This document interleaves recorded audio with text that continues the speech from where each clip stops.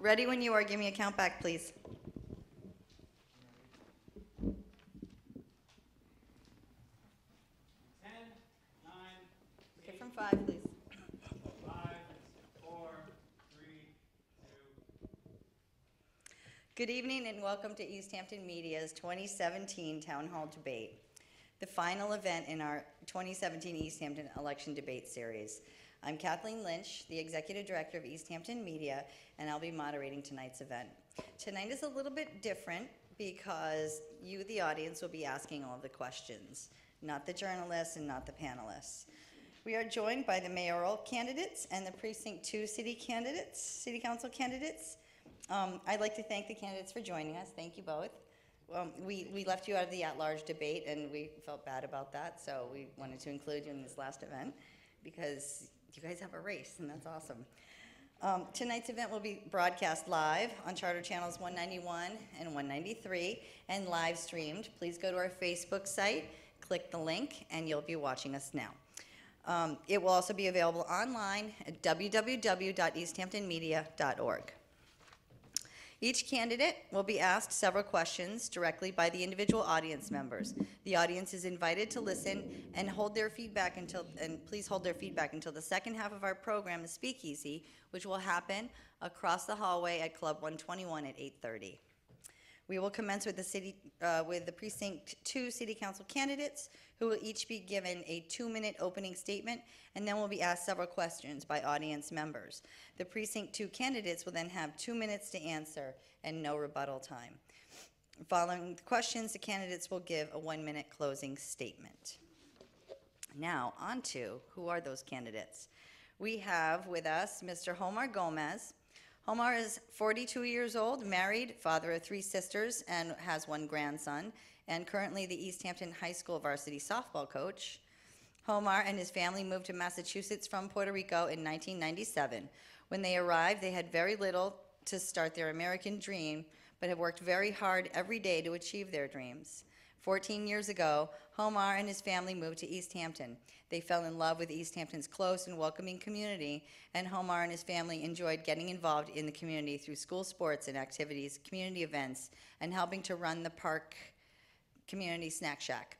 Homar is motivated by his work with the youth, sports, and the town of Easthampton to run for Precinct 2 City Council seat. Homar is looking forward to working with the future mayor and city council to tackle moving Easthampton into the future. Excuse me. He supports the new school project as an investment, but is also concerned with the mitigating economic impact upon residents. Homar also supports growth and promotion of local business, including through community events such as Cultural Chaos, Nonotuck Park, and the need for our city to go green and the improvement of our roads. And our next candidate is Paul St. Pierre. Paul St. Pierre is 29 years old and runs a small manufacturing company in Agawam, making specialty chemistry used in the printing industry. Paul is running for city council for a number of reasons, but his overall goal as a councilor will be to explore the new and creative ways to improve the quality of life and ensure the long-term stability and prosperity for all people lucky enough to be part of Easthampton's diverse and extraordinarily talented community.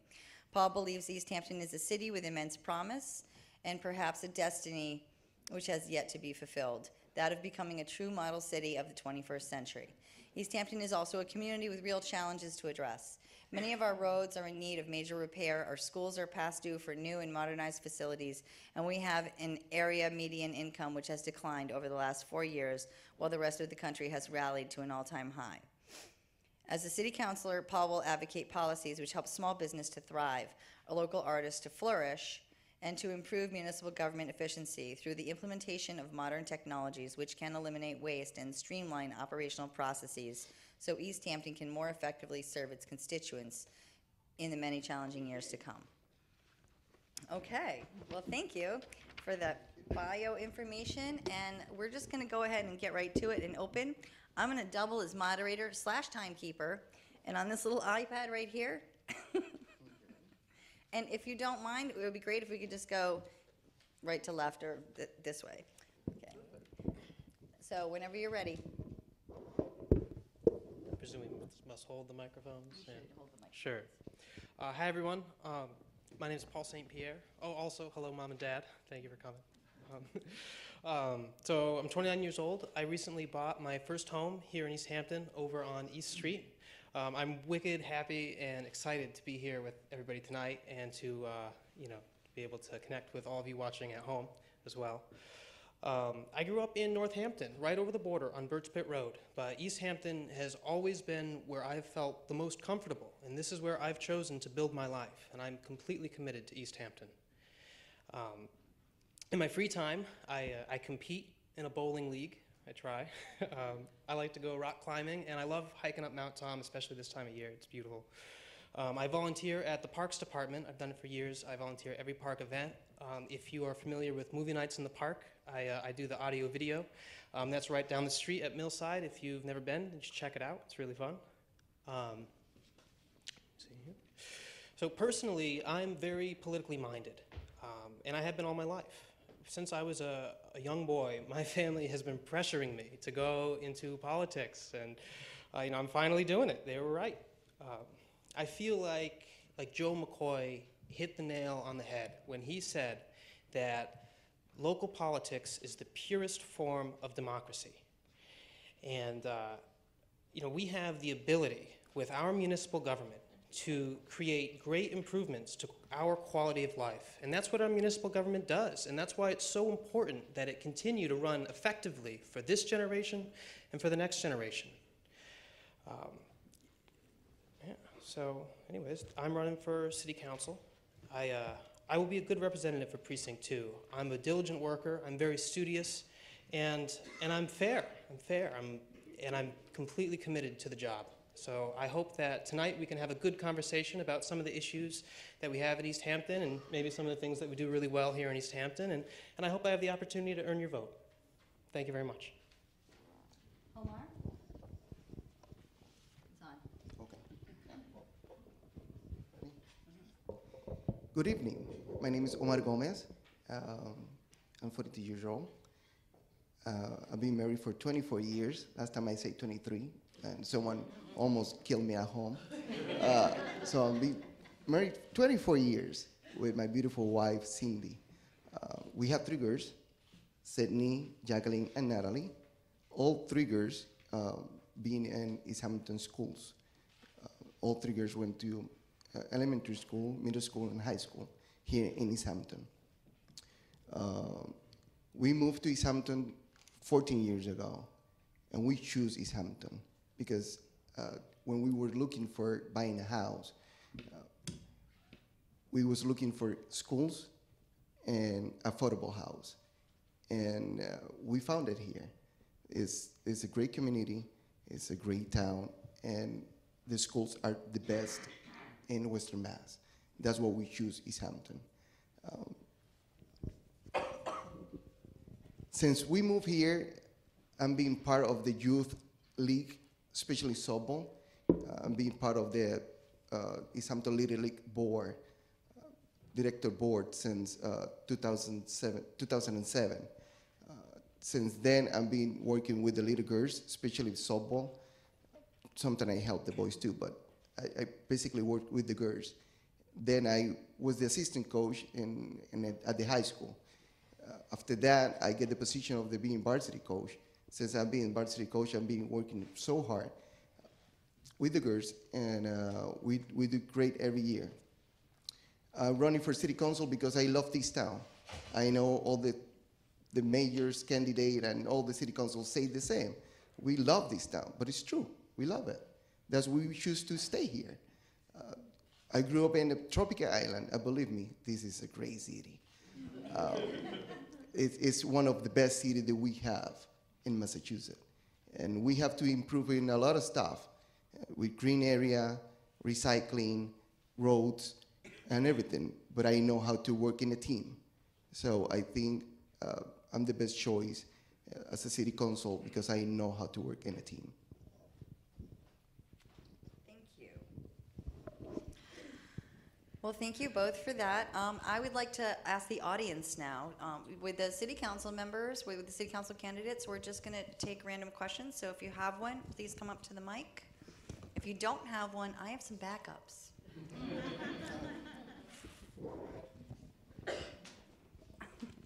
please state your full name and what precinct you're from.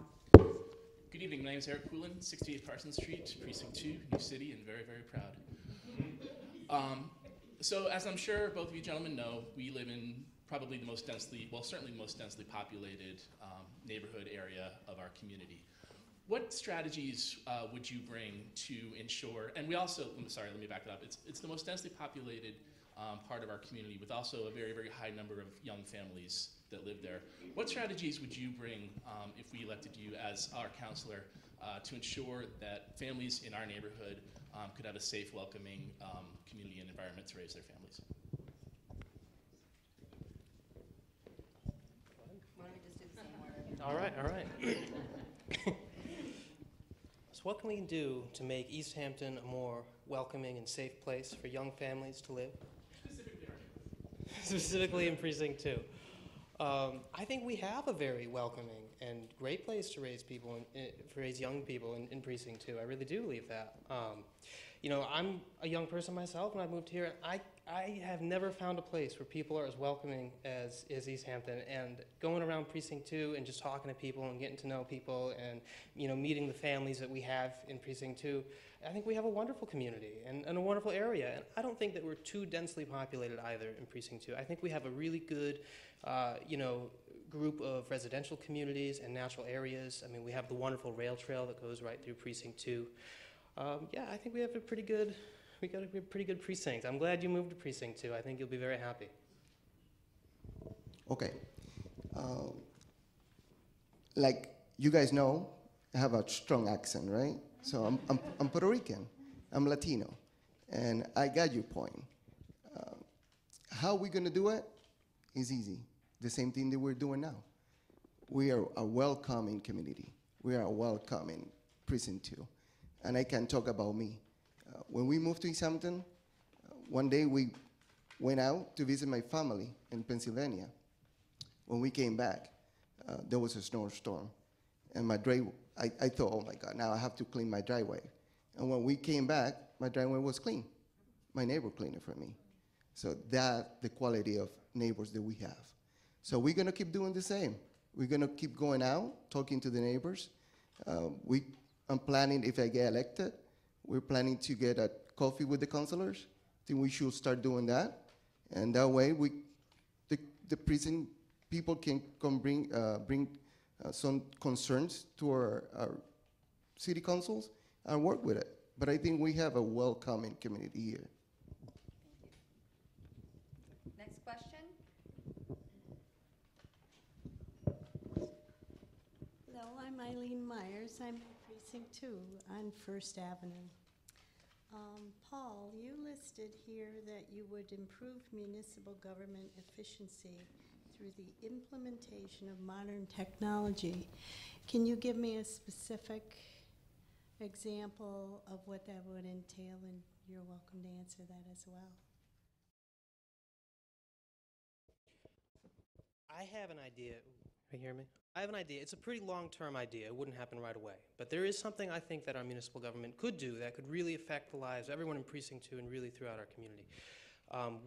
You know, a lot of people talk about our internet infrastructure and how poor it is. It was installed, you know, in the 90s. Cable internet came out, and it doesn't really do a good job of meeting the needs of the modern family. You know, we're streaming Netflix, we're streaming video. I believe that Easthampton should, at some point, and should start looking at installing a fiber optic internet system. We have a fiber optic hub at City Hall right now. And there have been a lot of communities that have done this. Westfield, Holyoke, they've done it. Westfield did it all by themselves. They learned the technology. And they install it for communities all over Western Mass. I think it's something that the municipal government could do that's a new technology that we could incorporate that would bring a new revenue source to the city government and that would provide significant cost savings to families, to businesses, and a substantially improved internet quality that would be something that we need. We need it for the next generation. We need it for the next generation of internet use. And it's right on our door. We can do it. I know we can do it. But we have to study it, find out the best way, and really look at maybe we can hire or quote out Westfield or Holyoke to come in and help us build it. But I really think that we should look at that because I don't think the cable companies are going to do it. And it's a modern technology. It's phenomenal. It's not expensive. It's cheaper than cable. And the fiber optic technology it's really incredible. And it's something people will love. And that's something we can do. Homer, would you like to talk about technology? You have 2 minutes. Sure. We'll use those 2 minutes to talk. Definitely, I think we, as a community, we have to move more to be more technology, especially like as a city councils. Every time I went to the meetings, everything is in paper, when everybody now have iPads and computers. And I think we should go that direction too. But instead of spending a lot of money and some investment that probably we're gonna have any revenue soon, I think we should start moving to more green, moving to having a green city. It's easier, costs less, and we can get revenue too there. I think our buildings should be moved to be more green. I think we're doing a great job doing with the Palisonal farm, but I think we're short. I think that's the way that we have to move. Technology is great, and we have to use it. It's there for use it, and we have to keep moving forward to use it. But it's more priority stuff than building a huge line for whatever. And instead of doing that, I think we should use the money to short jobs that we can do and do better for our community.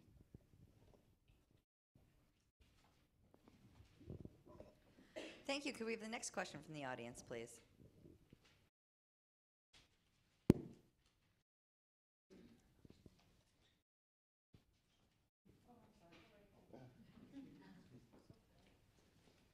Marty Klein, Precinct 3. Guess that means I'm talking down to you.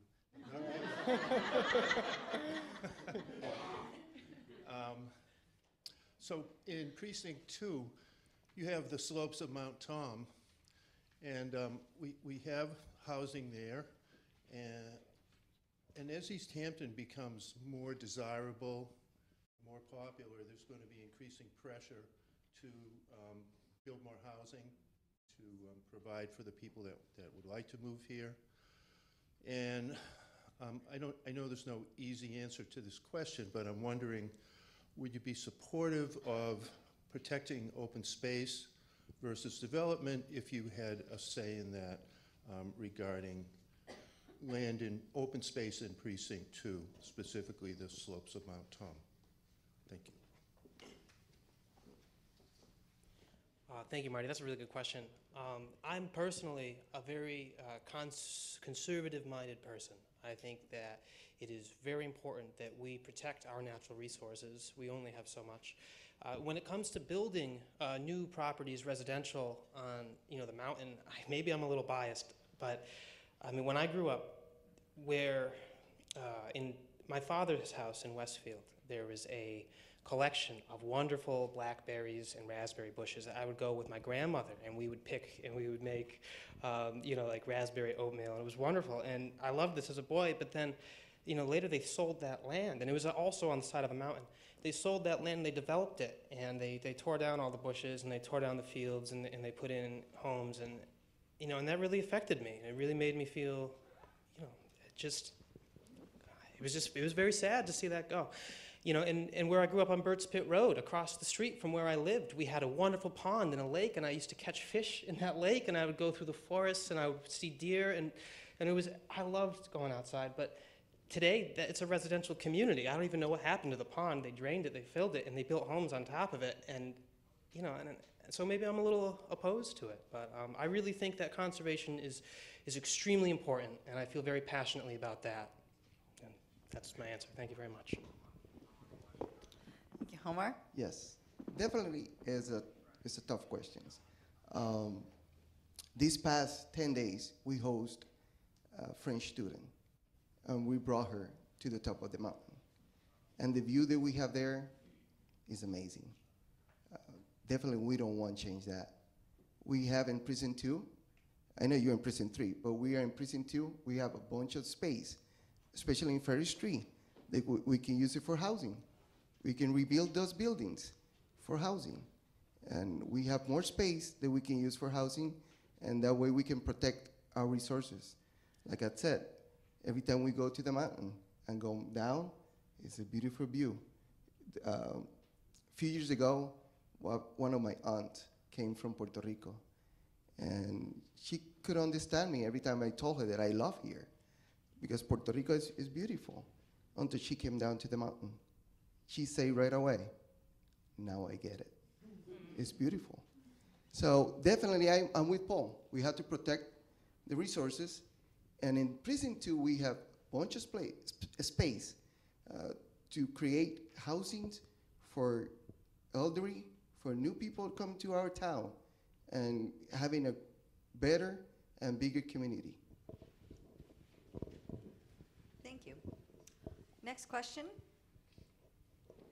Because you know I want to use my backup, so I have a backup.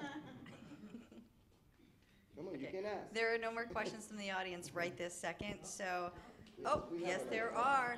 I spoke too soon. Yeah. Peg Coniff, Precinct 1.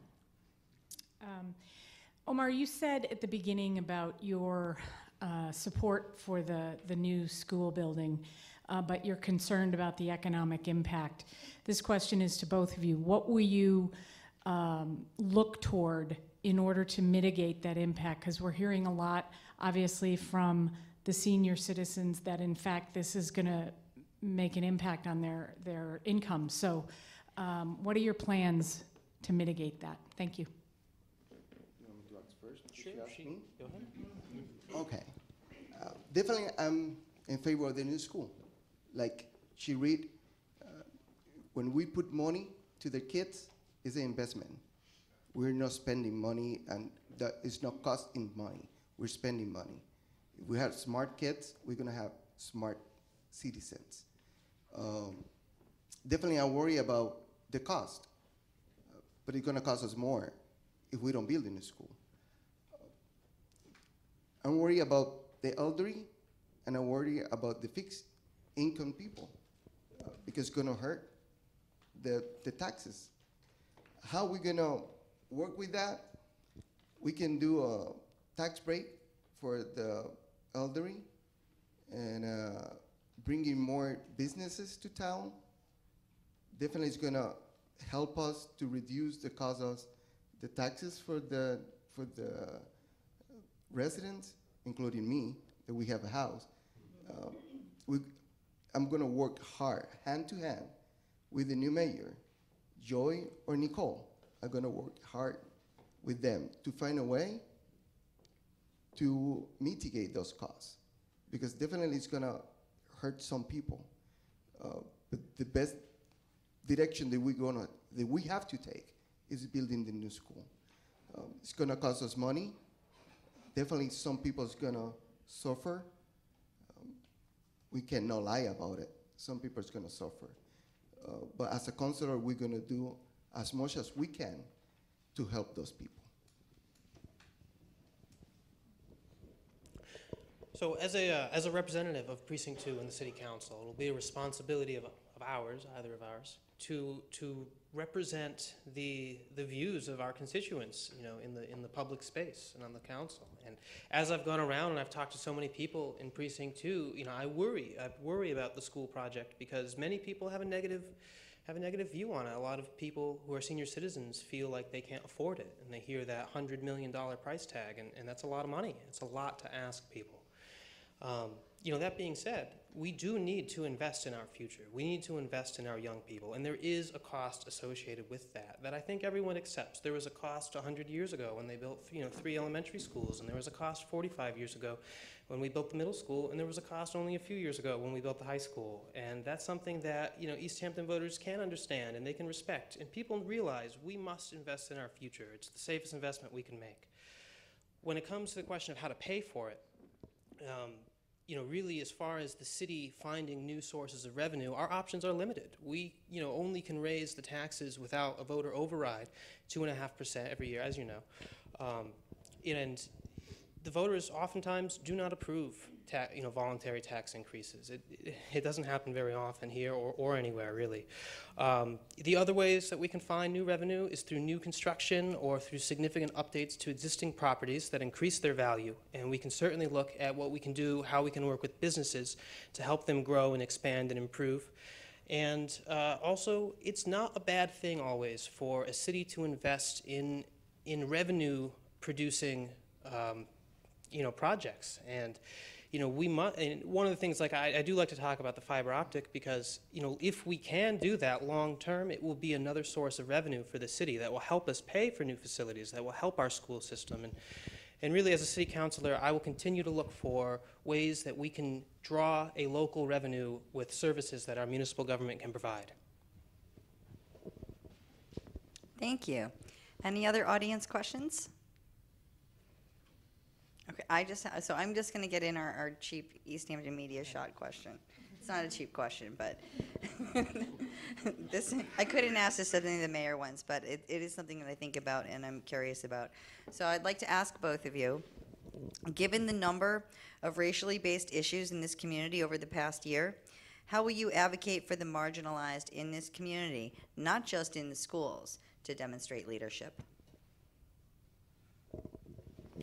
So the racial issue is a tough one.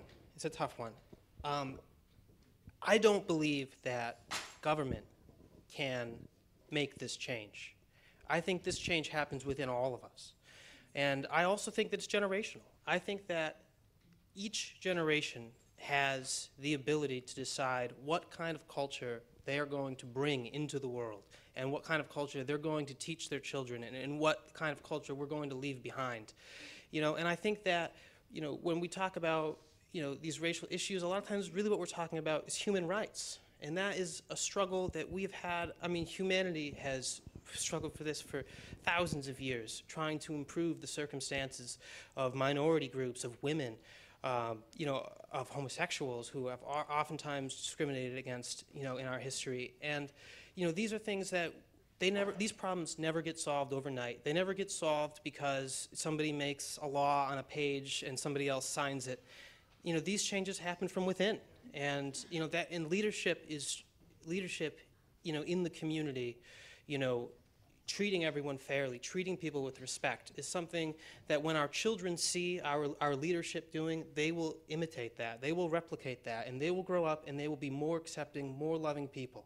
And, and that's really what I believe the answer is. I think it takes time, and I think the new generation is the hope. It's the hope for solving this problem. Thank you. Omar? Okay, I like this one. And of course, because I'm Latino. I disagree with Paul and the point that he said the government cannot do anything.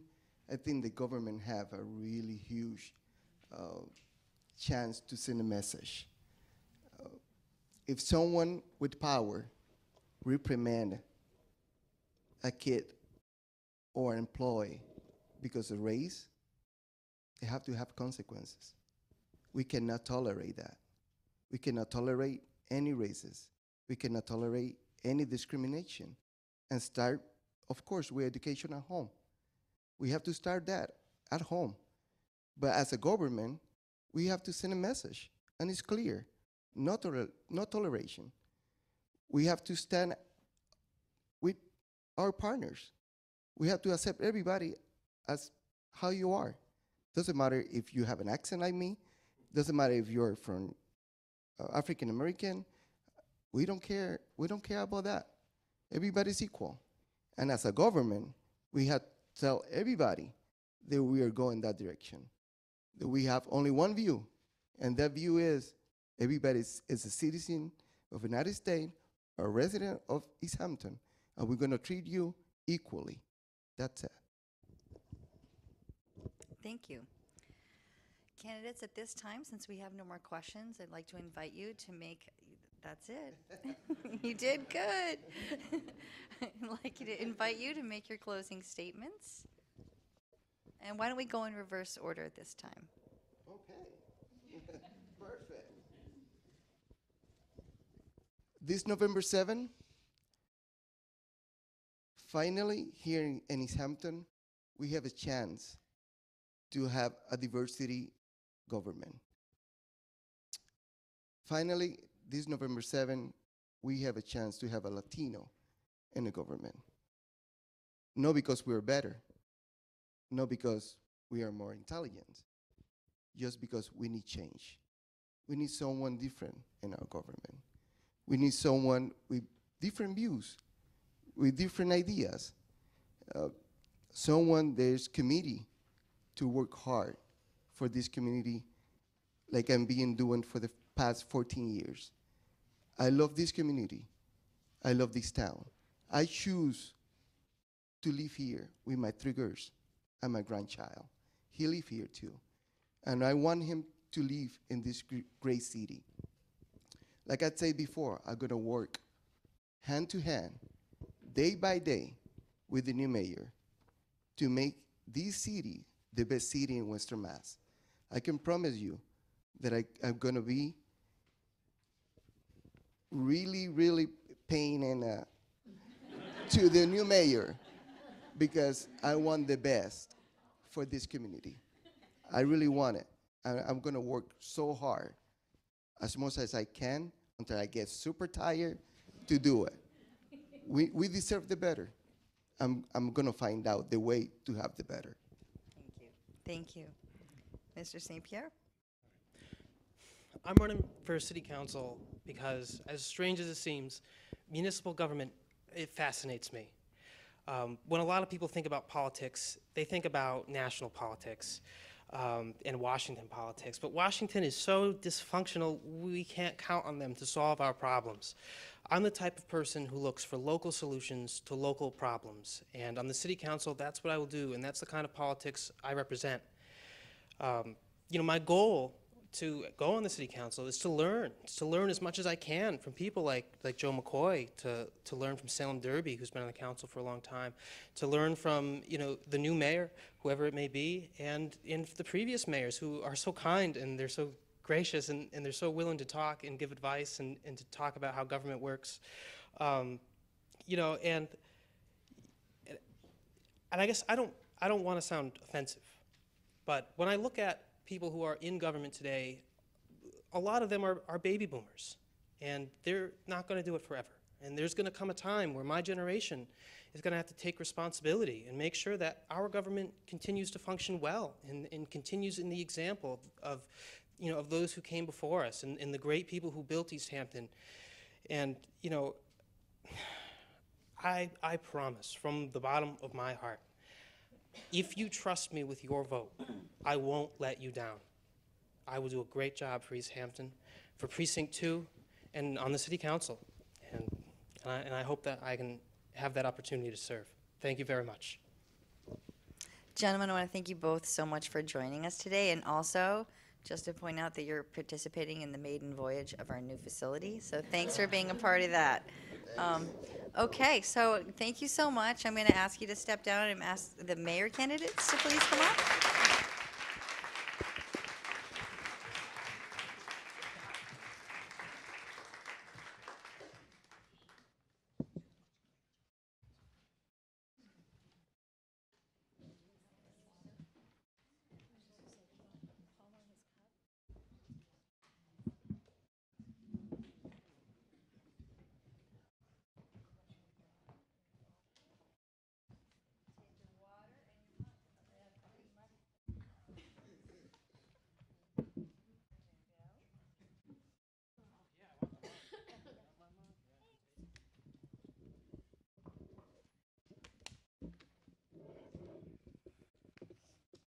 Okay, so I'm just going to read the bios of our candidates while everybody's getting settled in.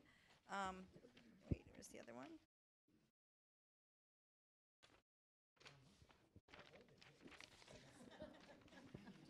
Sorry, Kathy, it's freezing in here.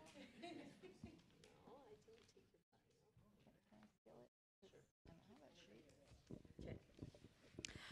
Okay.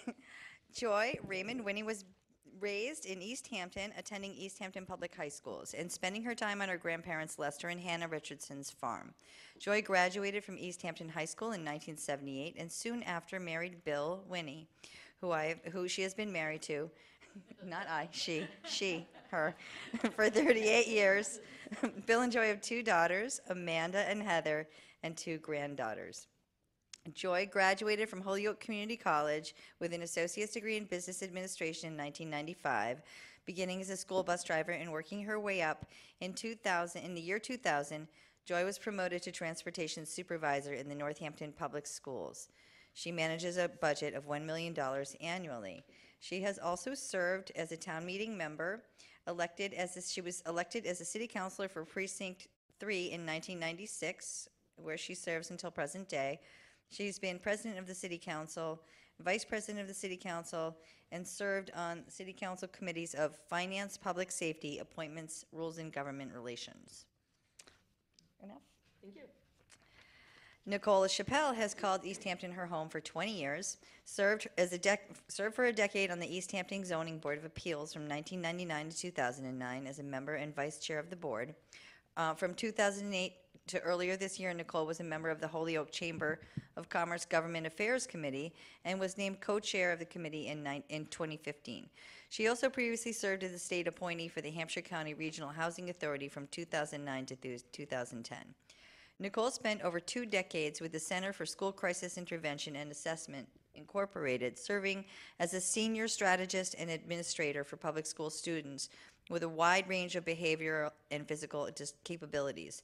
She was appointed to director of the organization in 2008 and left in 2016, and went on to serve as chief of pupil services for Holyoke Public Schools, overseeing district special education services and related compliance functions. Today, Nicole is a local attorney focused on civil rights advocacy, especially as it pertains to education and disabilities. Nicole has also served on the boards of the Women's Fund of Western Massachusetts, Emerge Massachusetts, Massachusetts Association of Approved 766, it's a mouthful, private schools, the Children's Museum of Holyoke. In 2011, she was honored as the Unsung Heroine by the Massachusetts Commission on Status of Women, and is a proud member of the Massachusetts Democratic State Committee, serving as treasurer of the committee from 2013 to 2015, and is a member of the Massachusetts Bar Association. And some other stuff that is in the program. So I just want to go over the format a little bit, and I wanted to just openly speak to the candidates that this town hall style debate is meant to be a little more loosey-goosey, not so exactly 3 minutes, and we don't have a ding on the timer for this. And our hope is that if constituents want to talk back with you a little bit, that we would allocate time to do that. And we'll just keep ourselves honest, and if one person feels like the other's getting too much time, bring it to my attention and we'll correct it. So each candidate will get up to 4 minutes. You don't have to use the entire 4 minutes, but you have up to 4 minutes to an opening statement to address the constituents, and then will be additionally asked questions from the audience.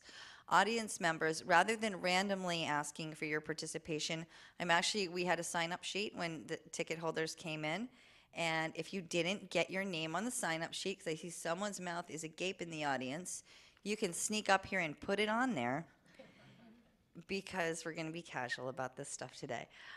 And so with that, we will then go through the questions. Everyone will limit the questions to 3 minutes per candidate.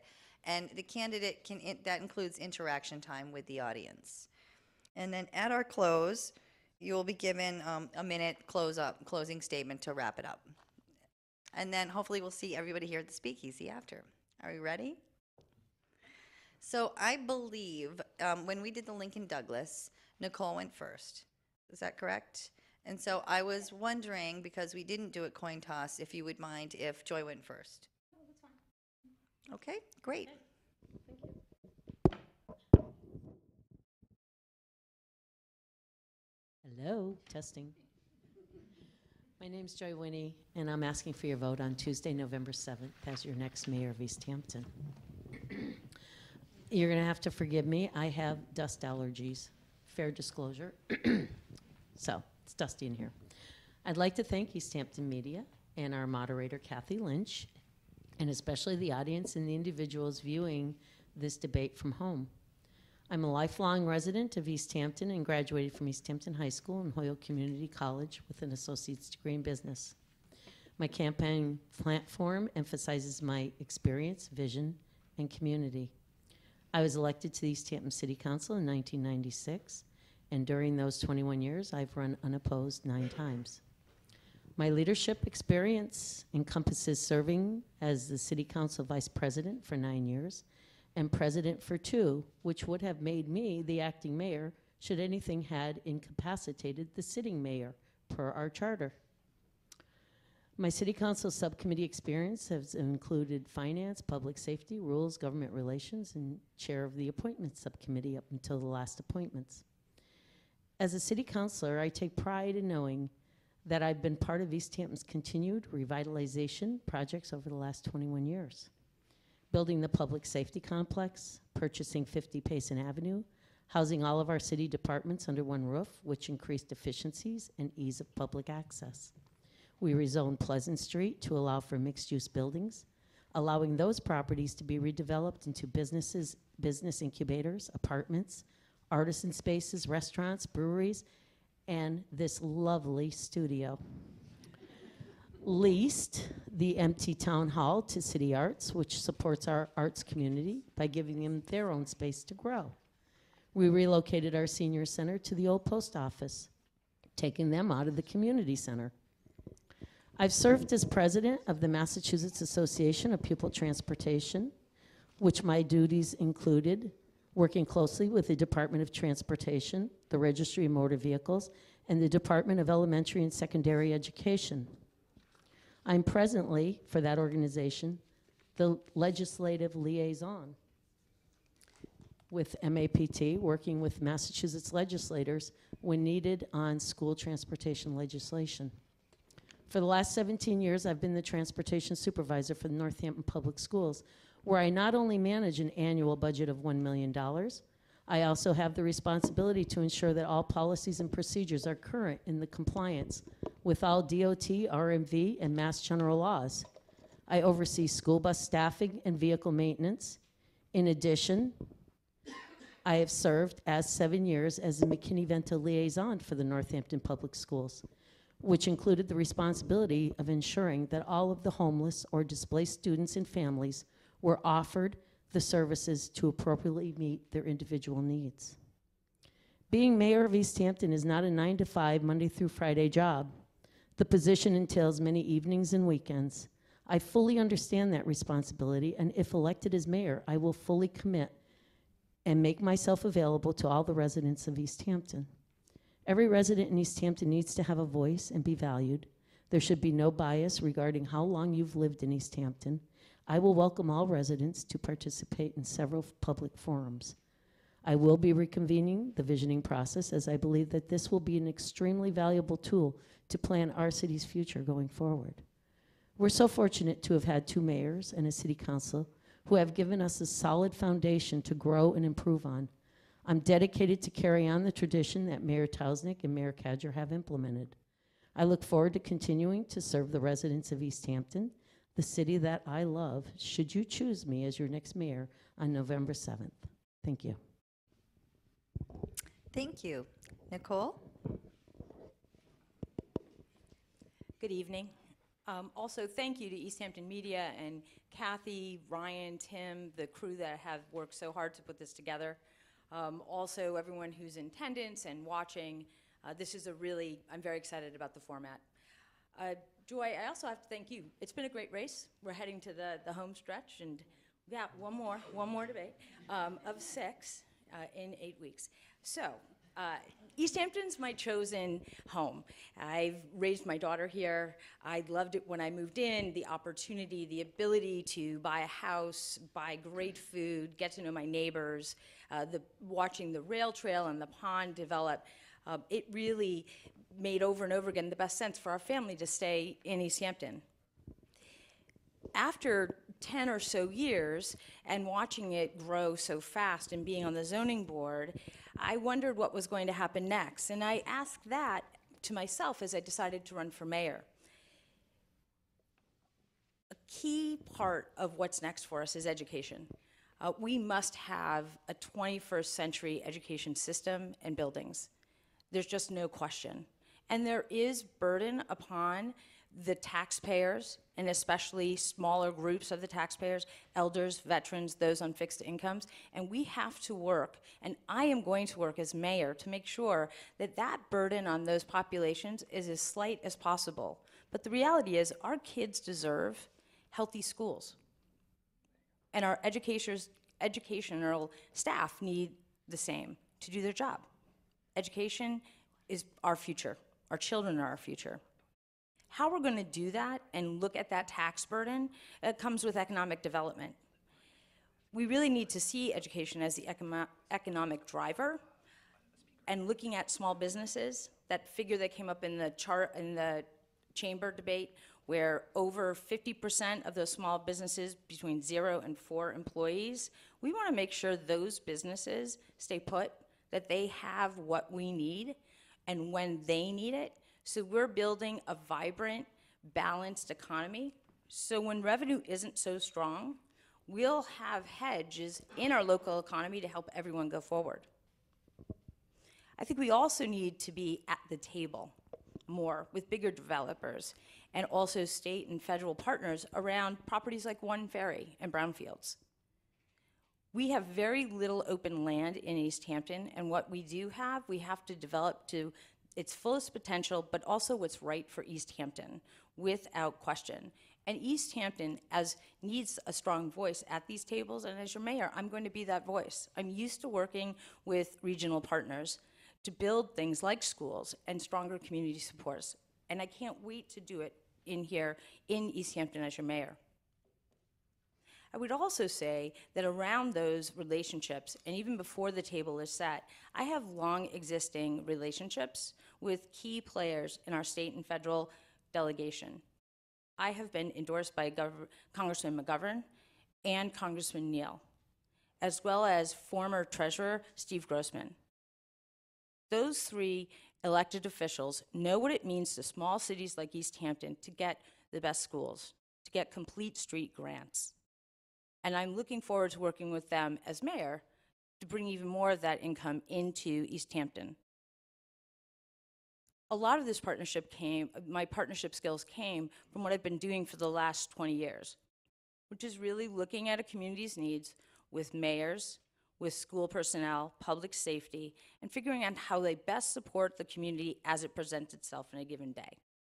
And I'm very proud to say that a lot of things that are facing Easthampton, I've been a part of successful solutions and been a leader in key parts around reducing bias and also increasing educational opportunities for students who might have alternative schedules. I bring that experience here to Easthampton with a great deal of pride. And I look forward to being your mayor and working with city councilors, whoever gets elected. Thank you. Thank you both. So at this time, I would like to ask Mary Lou Splain to come up and ask her question. Mary Lou sent in a number of questions to our email, and now she gets her minute. And it's really hard for me to decide which one, but all three of them relate to conservation issues. And the one I chose is, how do you intend to follow the open space plan in order for more Easthampton residents to have access to open space and nature near their homes, within walking distance of their homes? And one of the things that you had said, which kind of concerns me, is the comment about open space and the impression I got from you that it's open space to develop, and that worries me because there's a lot of beautiful areas in Easthampton that I would like to protect, and I'm hoping that you can address that. Thanks. Mary Lou, is your question directed to one specific candidate? Okay, so do you want to follow the order of opening? Sure. Or, So thank you for that question, Mary. Ellen? Mary Lou? Mary Lou, thank you. We have done a lot of initiatives on the city council, working with the CPA money and our open space money and sistering it with grants. We've got the majority of Park Hill orchards as all preserved into open space. We've created many parks working with the Pasquamic Trust. We've sistered a lot of grant money for them to be able to purchase a lot of land and put it into permanent preserves. My family, we own a great amount of acreage up on the mountain, off Mountain Road and Hoyoke Street. And we've collectively, as 4 children, have decided that we will trust that land into our children's names going forward. Open space is conducive to keeping our aquifer in pristine value. One goes with the other. It's important that we focus on our natural resource of water.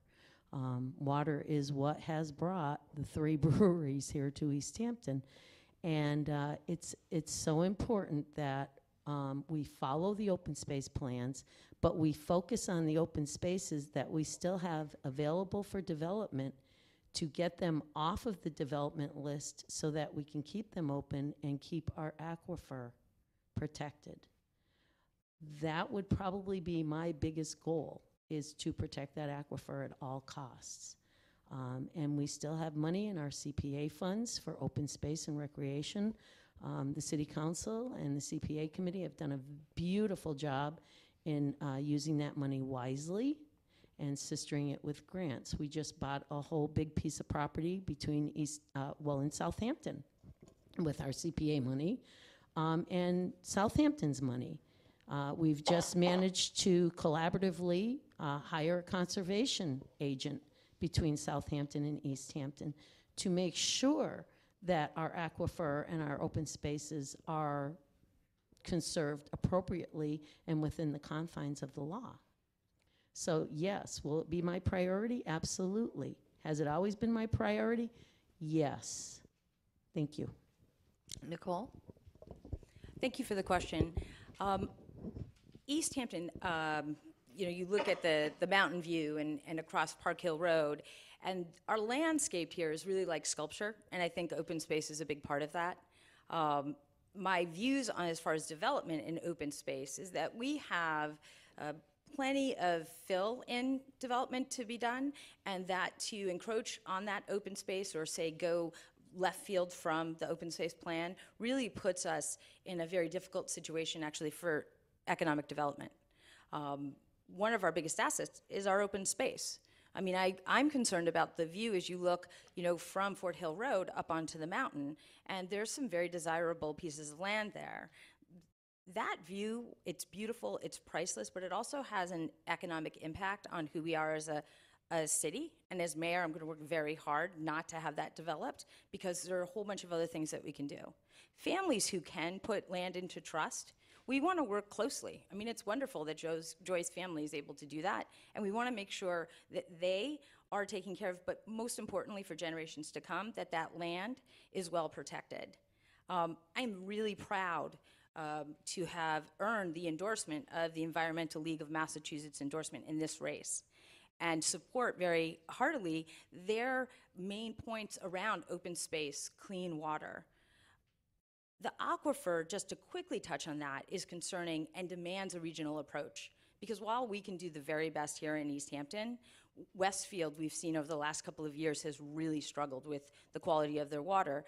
And it's been kind of a luck that the aquifer ridge tilts away from Easthampton's water. We might not be so lucky that same time, and have a firm commitment to work with our regional partners and Pioneer Valley Planning Commission. I think it'll be a key partner and keep talking with them. But I see the open space as an asset with great value that can't be replaced. once open space is closed, but we have a lot to do around it that can complement it and vice versa. Thank you. Great. The next question, we will invite Ami Ross to come up.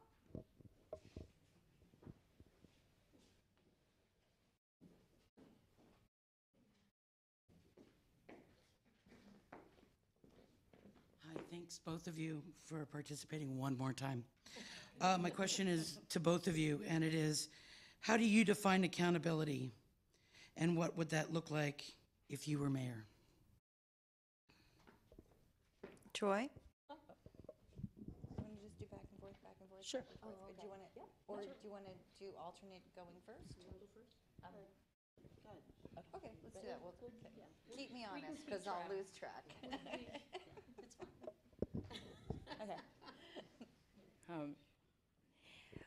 I define accountability as something, in the most general way, we have to each other. We have to hold each other accountable just as humans, as residents. But when you're in leadership, and accountability means that you are in the direct line and held to your word and your actions by voters in this case. I mean, if you're mayor of a city, you are accountable to every resident on the street and what they think and what they feel. You're responsible for having them feel okay, that they've been heard, and you have to constantly respond. That's an eye-to-eye response, and it's unflinching. I plan to govern as mayor the way I've campaigned.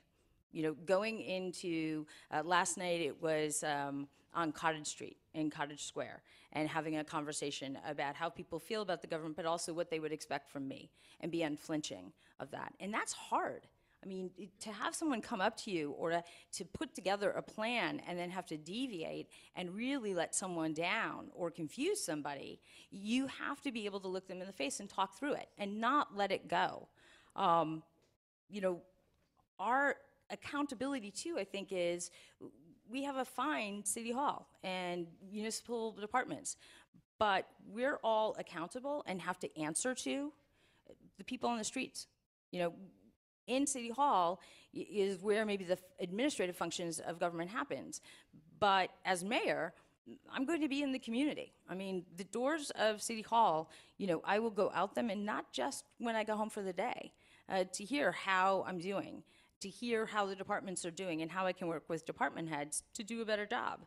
I'd like to look, too, for accountability is to have clear data markers and benchmarks. Look at some technology around a 311 Connect system, if it's affordable and right for Easthampton. Our departments respond over and over again to phone calls, and it's hard to keep all of that information in one loop and between the departments. We're tightly staffed. We're doing more with less. And to look at technology so there's a direct answer to anybody's concern, question, and we track that, that's important. We all need to know how we're doing on that. I would also look at some open budget and checkbook tools like the state uses, just to give people a glance at where we are in the budget cycle, or maybe how we're dispensing grants. But it's putting out information over and over again and answering questions over and over again and sticking. You make a decision, things change, explain that, and stay the course. Thank you. Could Joe Banis please come up and ask his question? Oh, I'm sorry. Thank you. Thank you for keeping me honest. I did just warn you, didn't I? It's okay. It's okay. You need that coffee? Yes. Okay. Thought so. Accountability. Every person in this room I will be accountable to. That's the beginning, the end, and the middle. Accountability begins with the voters. It begins with you going to the voting polls on November 7th and choosing who you want to lead the city going forward. From that day, for whoever you choose, if it's me, I will be accountable to each and every one of you that casts their vote for me, and for those that don't cast their vote for me. That's what accountability is as a mayor. I will be accountable for all of my staff. That's what a leader does. A leader leads, but she always makes sure that she looks behind her to make sure people are following them. I will be accountable for the ups, the downs, the ins, the outs for all of the departments, because that's what the mayor does. That is the position, that is the responsibility, and that is what I will do as mayor. And that's really all I have to say about accountability. Thank you. Is it my turn now? Yes. You want that coffee? Yes. Okay. So at this time, we would like to invite Joe Banas up. Good evening, candidates. I know during the previous debates you've talked about your employment, where you worked and for how long. And I guess in my question, I'd like to sort of distinguish that and just ask you to focus on the past 2 years and not so much the positions, but, well, it's basically describe in detail your employment over the past 2 years, more what you actually did than what position, title you held, and explain how these experiences have prepared you to assume the duties of mayor of Easthampton. Thank you. I'm first. Yeah, we're pretty good at this. Number 6. Yeah. The last 2 years. Well, I'm on, I think, number 9 superintendent in 17 years in Northampton. Each superintendent has brought to the plate a different management style. So our present superintendent has been the kind of manager where he's basically let his department heads do what they need to do and keeping an eye on it. My department head is Candace Walzak. She is the business administrator. And Candace is the type of business administrator who looks at our positions and says, this is your $1 million budget. You are in charge of your $1 million budget, line item by line item. If you're short in one line, it's up to you. It's your responsibility to make sure that that balanced budget comes to my desk every month when I run the reports. And if it's not balanced, you better have a darn good reason why. So that's what I do. I do a lot of that administrative work. I do payroll for my drivers, my monitors. I do all of my maintenance for my buses through my mechanic, take care of his hours, purchase orders, sales agreements. And then I'm on top of managing the 2 huge contracts that we have, one with Durham School Services, which is over $1 million, and then again, one with Durham Vanpool Services, which is between the 2 of them are $1 million. Vanpool's like $600,000, and I think that Durham this year will be about $600,000. So I oversee both of those contracts. I oversee all of the routes. I oversee the drivers. I have to make sure that the drivers are duly licensed, that their medical cards, their RMV cards, their DOTs, their 7Ds, DPU, all of their licenses are, yeah, there's a lot of things here. Make sure that they're all fully licensed and that their licenses are all renewed with my office. I oversee all of the field trips. I oversee all the certificates of insurance. I oversee, oh my goodness, I still oversee all of the McKinney-Vento transportation. I work with other school districts, other McKinney-Vento liaisons through the whole Commonwealth, and especially now that we have a lot of people coming in from Puerto Rico due to the hurricanes. So we're doing a lot of coordinating with other cities and towns to make sure that these kids get the services that they need. That's all of my part of my job description. And then as the superintendent loves to say, and anything else I can give you, including walking school buses, all of it, safe roads to school, it's mine. So that's what I do and, well, I've been doing for the last 17 years, but the last 2. Great. In the last 2 years, so about 2 years ago, I left my job of 20 years with the Center for School Crisis, and there I had developed 7 for-profit models to help school districts, and then also 2 not-for-profits. After 20 years, I felt like I had worked with several different school districts and government agencies, and it got more and more litigious. I took a break, I left, and I started building my own law firm, which I know is great fodder on one of my favorite public forum platforms, Facebook, about the luxury I have to not have to work. I practice law out of my house. I focus on civil rights, defending individual children, but also working with the city of Springfield on a class action suit and doing some expert opinion work. As well, I've taken on several cases down in Connecticut with different labor unions around ERISA and retirement benefits. It's one of the reasons why I earned the endorsement of the mass retirees.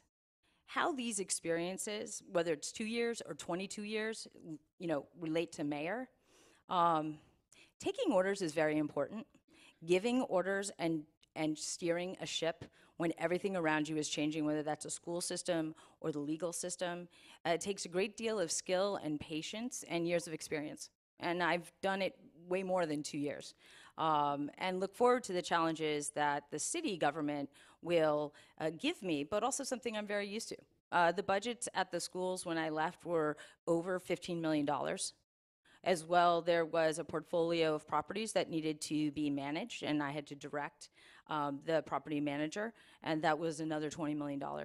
All of the budgets that I oversaw in that job, as well as my position at Holyoke Public Schools, very tight line items that had to shift at a moment's notice and come from somewhere else, working with auditors at the state level and the federal level, as well as compliance with the Individuals with Disability Education Act, HIPAA, and as well as FERPA, and making sure that we were hitting all those guidelines, answering several audits at any given year, and bringing that into the legal expert brief I wrote for the city of Springfield around defending a school district's right to educate and correct when education may go awry. Working down at SEIU of counsel to a small firm in Connecticut, I've had the opportunity to actually explore civil rights in the labor market, which are very key right now given our administration, and that's going to be really important when I'm mayor. To understand the different contracts and the relationships between those unions, but also just in the employees in the municipal building. Thank you. It's tough with the timer over there, Yeah. Should I move it? No. The timer is a guide. It's not so ding, and we cut you off, and we turn off your mic. To ask a follow-up question. Yeah, and that's true. If there is a follow-up question or if you wanted some clarification, this is your chance. So please stand up and let them know, because they don't want to talk for 3 minutes about something that you don't want to hear about. They want to, and it's cold in here. Not going to fall asleep. No. And I don't know how to change the thermostat yet, so I can't help. Baby steps. Baby steps, exactly. Would Her Honor, Ms. Mayor Karen Cadger, please come up? No. We want to hear your question. So thank you both for being here tonight, and thank you for all the time that you have put into these debates, and thank you, Kathy, for all the time that you have put into these debates and your staff. So we've talked so much about finances. We've talked so much about our local economic development. So I guess what I'm interested in, if both candidates would please provide me with the information. And I know it can't be exact, but it's difficult to run a campaign. So the first thing you have to do is you have to raise funds. So I'm looking for a percentage of what funds that you raise locally. So in other words, what is the percentage of the funds that are not from our community, meaning not Easthampton? And of the funds that you raised, what percentage did you spend right here locally in our city? For both candidates? You went first, so you go first this time. Thank you. And Mayor Cadger, thank you for all of your service and work on the behalf of the city. A familiar question, and certainly targeted to, at this point, my campaign, because I've been reporting my finances every month since I announced back in June. I would think the exact percent right now of what's from Easthampton as far as donation and outside of Easthampton is probably 60-40. I haven't looked. We've just put the report together to file. So that's my guess, and it's, you know, and honestly, it could be more out of balance than 60-40 and more money out of Easthampton. Of those folks who are giving money outside of Easthampton, are they business owners? Are they people who have interest in Easthampton? Are they folks who maybe are contracting with our city to do other things, or they used to live here? Absolutely. Are some of those my family? Are some of those donors from other campaigns I've worked for? Absolutely. Have no problem taking that money because every dollar they're investing in me, they see as an investment in Easthampton. Easthampton has to stay competitive, and it has to have influence. And to think that only a dollar from in or outside of Easthampton makes us a better or less of a community, I think is short-sighted. If there's any time that we have to go to a regional approach, it's now. Just like when my opponent was talking about we're going to work, we're going to keep Easthampton better and be stronger from inside Easthampton. Yes, but we need to have a place outside of Easthampton, look at best practices, but also bring best partners in. As far as spending money, this sounds similar to the infamous sign question and the signs from Minnesota or wherever. I've been endorsed by Carpenters 107 and 108. I am a member of the National Writers Union. I believe in union shops. I'm supportive of them. Are my signs union? They are. There's no union shop in Easthampton. Have I bought things in Easthampton? I have. And if you look on my website, as you can every single month, it'll show what I bought in town and what I bought out of town. I don't think there's anybody in this room, and I'm not at all worried or defensive on it, that buys everything in their home or everything in their life in Easthampton. We're just too dang small. It's just not going to happen. And I do believe strongly in supporting unions and using union shops where it makes sense. Thank you. Joy? Thank you. Yeah. Are you ready? 1, 2, 3. Start. Thank you, Kathy. I think I've raised, and I not even know if I can ethically talk about this because I have to be so far away from my finances. I think that the last report I got from my treasurer was anywhere from $11,000 to, is that about what we've got? About 11,000? 11, 12,000? No, I know. But out of that $12,000, I think $1,500 has come from out of state, and $1,000 was from my sister who lives in New York, who owns property in Easthampton and is a taxpayer. And I think the other contribution came from family members that are retired in Florida. I have spent the majority of those donations in Easthampton on signage, on paper, on food for our campaign, for food for our events. Yeah, so that's pretty much it. So most of it's been spent in town. I've held my events in town. We've bought our food in town. And so I'm a real proponent of spending money in town for our small businesses. Oh, okay. $50 in Staples. Thank you. That's it. Okay, Joyce Gingras.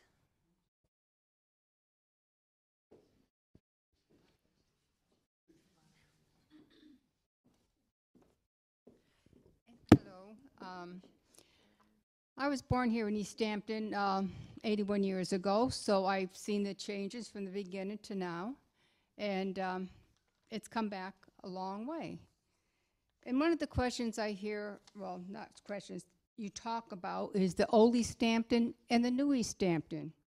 In your opinion, what is the difference? Because to me, it's just been a gradual thing, and I'm old and young, East Hampton, okay?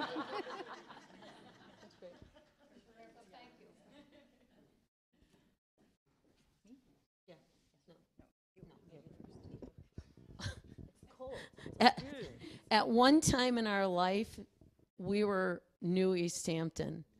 And then the longer you stay here, you become old Easthampton. I just don't understand the division and the divisiveness in that. People will come up to me and say, well, I've only been here a year. And the first thing I say to them is, I don't care how long you've been here, you're here now. That's all I care about. You're here, you're now, you're a resident. Welcome. You're part of Easthampton. Thank you. So I don't know where this is coming from. And I mean, I've heard it mentioned quite a few times here and there. But I will always be welcoming to anybody that comes into Easthampton, whether you're visiting, whether you're staying with family, whether you're purchasing a home, whether you're renting, whether you're a business owner coming in and you're going to start your startup business here. Welcome. My goodness, welcome to Easthampton. You know, we've always been a welcoming community. I've grown up with lots of nationalities, lots of people from everywhere. It's just what we do. I guess I never really gave it a whole lot of thought until people started saying things, again, like, well, I've only been here 6 months. What does that mean? You're here. You're part of Easthampton. Thank you. Welcome. We all welcome you. So, yeah. Nicole? I've certainly heard the comment about old Easthampton and new Easthampton, and some folks have said it directly to me. I've only been here 20 years. And I think the important thing about the conversation, there, I was like, there you are, is why would people say that? You know, I mean, if I hear... Right. Yeah, and that's my point. I mean, so if someone's saying, oh, I've only been here 6 months or 20 years, for me, that kind of, like, well, why are they self-identifying that way? Because I remember when I came to Easthampton 20 years ago, and I had a conversation actually with someone who's very involved in the mills here, and we came to the same realization that when we came to Easthampton, we felt like we found something that was amazing and very special, and had, you know, whether it's the open space or the mill redevelopment, and it felt like discovering something new. And the key, I think, to old and new Easthampton is actually to acknowledge what a person who's just walking in feels and thinks about Easthampton. But the place they stand in that first day has come from generations before. I mean, there's a grit and resilience in Easthampton that cannot be denied. Because we can look at other mill cities, and as they struggle, regardless of their size, but somehow we are where we are. We have an open space plan that's very ambitious. We have small businesses wanting to come into the city. We have a very challenging housing issue in front of us. Easthampton's had those problems before and risen to the challenge. But right now, I think it's not necessarily there's old and new Easthampton. I haven't heard that on the doors when I'm canvassing, but it's how will Easthampton right now keep what we have and the spirit of what we have and go forward, and what are those new tools? What are those new things we need to look at so the very core of our values in the city remain the same? And as far as being welcoming, it can be very daunting to be in Easthampton as a new resident or even a visitor. I mean, I've felt it, you know, over the years, even when I was on the zoning board, that my opinion was somewhat discarded because I had just gotten into town when we were talking about just zoning ordinances. So I can relate to that. I do think that there's a lot of effort and awareness to change whatever and anything, you know, what somebody's thinking about, feeling that they're too new or whatnot. But I think it's surmountable. I think it's something that we are looking at. I think this election and these conversations are great, but it's, somebody says to me repeatedly how many years or months, I say it. We have to think about why they're saying it and have the conversation and think about what welcoming really means. to everybody.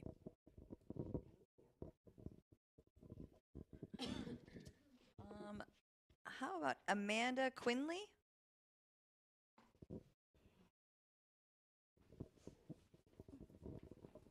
Thank you. I've only been in Easthampton for 10 years. What am I? So our question is for both of you. Do you think that Easthampton should, and to your earlier question about sort of regional practices and partners, do you think that Easthampton should join other towns in Western Massachusetts in becoming a sanctuary city? And if so, what's the best way to do that? Thank you. Me first? No. Yeah. Yes, right? Yes. Yes. I think we need, Yes. we were doing it okay I know. with the microphone. Yeah. That was I'm good. cold. It's freezing. Freezing. See? I'm The sorry, I other don't know how to cherry turn the air Coke, conditioning regular vanilla down. Coke. So it's sanctuary cities. You know, the way sanctuary cities came forward in our town the first time, it really didn't really come forward. And the conversation stopped before it started. And the two words sanctuary cities became very polarized, very politicized. I knocked doors and folks, you know, ask me what I think it means, and then they tell me something different, whether it's in a church, whether it's in the town common, you know, what people are covered or not, who we have to get out of town, who can't let in, who is in. But the bottom line is, if Easthampton is a welcoming city, and I believe it can be even more welcoming than it is, we have to have a forward conversation as it's laid out in the charter. There is new movement in the community and voice to come forward again to City Council with some new language. I signed on to that and was thrilled to see my opponent also sign on to the new language, so that discussion can happen. As far as joining other cities in a sanctuary city kind of set of agreements or whatnot, it's an individual city, municipality, community decision. And I, humbly in my opinion, feel like we have a lot more conversation to have exactly what that's going to mean, what welcoming is going to mean, how we are going to be very clear with outside communities, but also to people who are inside, that the non-discrimination policies that we have, the anti-bias policies, really mean something to us, and we all know what that means and what that comes forward in a document. As well as making sure local resources and local dollars are spent in Easthampton for public safety. Taking on any federal directives, one, our Supreme Court in Massachusetts has said absolutely not, we don't have the authority to do that. But also, you know, I mean, our police and fire are, I mean, they're tight, they're strapped out. I mean, they've got a lot of stuff to do. To bring on federal resources, I don't think it's, you know, the way to go. But the conversation about why that would be imposed upon our city and what we think about is really important. I mean, I'm looking forward to see the next steps and the next to petition coming forward and the conversation happening at City Council. Thank you for the question. As mayor, I would not do an executive order making Easthampton a sanctuary city. Yes, I did sign on to the anti-bias petition that has been going around, because we should never be biased to anybody in this room, in our city, in our state, in our country, and in this world. That's great saying it, but the fact of the matter is, it's out there, it exists. So how do we get to the people, to educate people, to say, this is not only wrong, but this is against the law. We cannot be biased to anyone. It's illegal. And people seem to forget that our common core rights as human beings on this earth is to be respected. Everybody needs to be respected, no matter what their beliefs are, no matter what shape they are, who they are, how they speak, how they don't speak, any disabilities. They all, each and every one of us, need to be respected. And that's how I live my life. And I feel that as a leader, if I'm living my life that way and I am demanding that people around me come up to that standard, then it will be shared. And it will be shared in the departments. It will be shared with people that are around me. Respect. If we all just respected each other, what a beautiful place we'd be in, wouldn't it? I mean, really? Come on. It all comes down to respect. If we respected each other, we'd have no biases. Thank you. Kathy, can I just quickly so I would just want to clarify, at least for my own definition. I think we're all biased. I don't think bias goes away. I think we have to own it. I don't think that there is a policy or way to rid ourselves of it, and we have to be very forward. And that conversation to have around bias, but also not welcoming, is a very important one to have, because it's also very preventative. There's a real difference between, in my mind, civil rights that everyone has and biases that might affect how they feel. They're two different things. To violate somebody's civil rights, indeed, is against the law. But to hold bias out in a community in a way that could really offend somebody, that makes our city less welcoming. And that's a conversation, I think, that loops back to the, sanctuary city versus, doing it with other cities or ourselves. But I just want to be really clear. I mean, you can have something like a bias against somebody just because you're born who you are. And you have to learn to respect not only another person, what they may or may not be, but also respect that you have the bias. Bias is not automatically linked to respect and vice versa. There's a larger conversation to be had. I would also say that the connection between, bias and holding bias quickly goes into, what are now called hate events, where you might not see an actual crime, but something that's really suppresses someone's feelings of safety in their community. And that also that's a deep conversation. So I've talked a lot of it on the doors, and it came up a little bit in Council of Aging and a couple of other coffee houses. And to look at that bias is just important. We have to own it individually and as a community and go forward.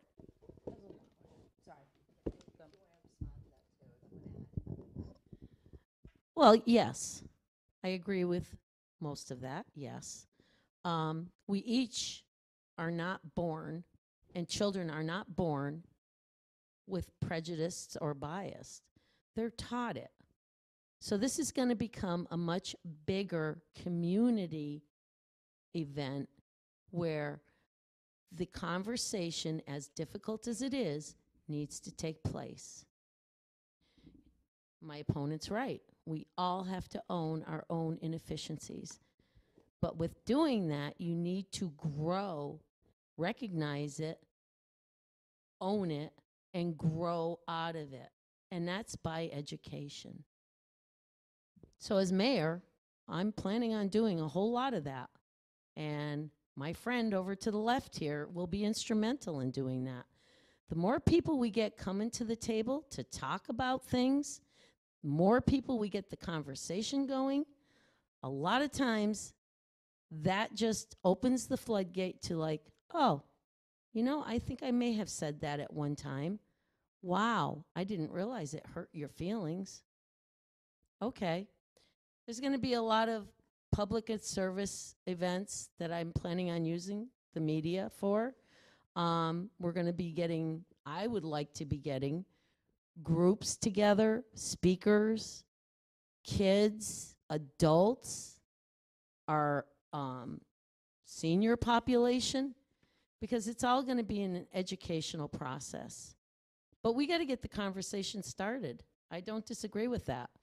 The more we talk about it, the more we understand our inefficiencies, the more that we can understand it, own it, and grow and move on. Okay, thank you. this time, I would like to invite Deborah Lusnia up for her question.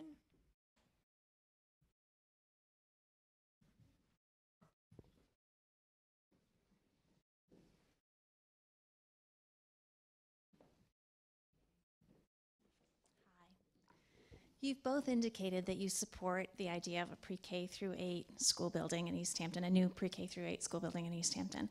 My question is very specific. Do you fully support the pre-K through 8 building project that's currently in the works with the Massachusetts School Building Authority? And would you be an advocate for that project when it comes to the debt exclusion vote in May of 2018?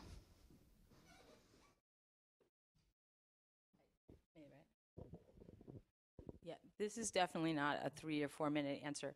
Yes, and I've said that over and over again on the doors and in different public forums. So I respectfully plan on winning on November 7th.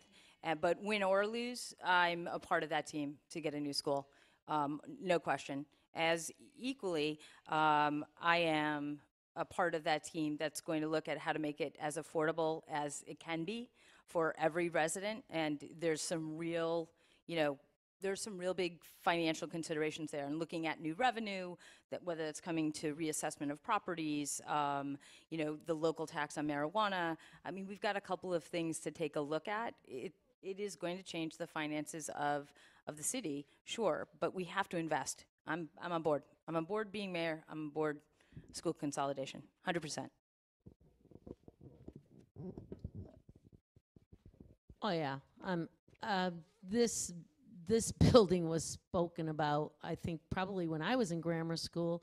When I was elected in 1996, it was talked about. The new elementary school got put on the back burner for the high school, the accreditation.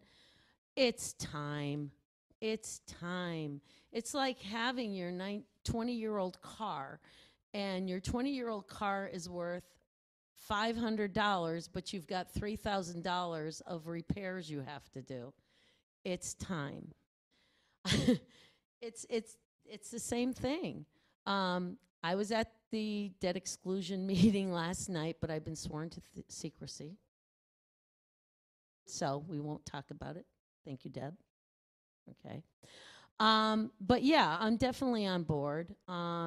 It will have to be a lot of conversations. It's going to have to be getting the correct information out there to all of the voters. And you know what? The people in Easthampton are very knowledgeable. They're very insightful. When you look at our old 3 buildings, Maple Street being the oldest, the school that my mother and father, I went to, my children went to, my granddaughter went to. Yeah, that old. And it's being touted as the oldest elementary school in the Commonwealth. Is that what you said, Deb, last night? I was like, oh, okay. Oops. And it hasn't had any major renovations since it was built. Not that I know of. I know that we put a lot of money into Center Pepin when we closed it down and brought it back online. But the fact of the matter is, our children deserve a 21st century education. And they deserve to be in a building that is healthy and safe. I don't know that I can sit up here and say that about Whitebrook Middle School. I did not attend Whitebrook Middle School. I spent 7 years at Easthampton High School on double sessions while they were building Whitebrook Middle School, so I never had the pleasure or the opportunity to attend that school. So sitting up here, knowing that there's a 35-year-old building out there that is unhealthy, it needs to go. It's time. Our children deserve, our grandchildren deserve much better than that. So I don't think that we're too far off on this issue, so. Thank you. So it's good to hear that, that we both agree that children should have healthy, updated buildings. One of the things, as you described how you attended the schools, why now? And And if a building has been up for 35 years and unhealthy, you've been on the city council for 20, and why not advocate sooner for that building? I mean, the building process is very detailed, and it's very gated.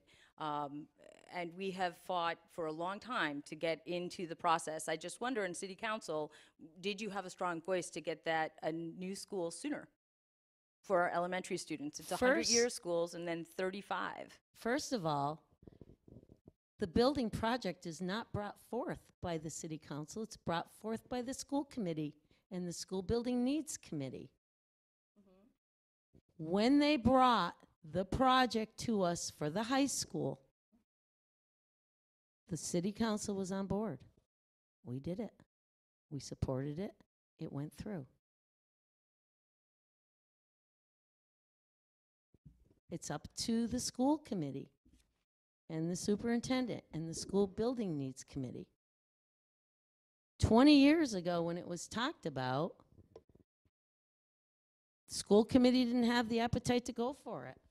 I can't answer that question. I was on the city council. I would just say that as a city council person, I'm asking you if you had a voice in advocating for a better school building for the students in your precinct. Likewise, while it is a school committee decision, you're part of the city council, the legislative body, and I just wonder, when you passed those big budgets, there weren't questions that you had around why aren't we spending more on the capital improvement plan for the school districts? That's all. I understand what the school committee does. We've always questioned, but don't forget, city council, budgetary, we give the school committee their money. School committee has full control over their budget. We can ask questions, we cannot interfere. Period. I equate it to the separation of church and state. I wouldn't expect school committee members to come on the city council side and question our ability to expend money on the city side, just as I would never go over to the school committee side and question how they expend their money that they're given in their budget. That is their responsibility, and it's theirs to own. I think it's everyone's responsibility, and I think there should be a conversation and not a question back and forth. So I'm going to ask at this time that we save that for the Lincoln Douglas, and I don't want to take away time from the voters asking their questions. I thank you for engaging in that conversation, but I think that also maybe more of a Lincoln Douglas is appropriate for that. Anyway, would Mary Gomez please come up and ask her question?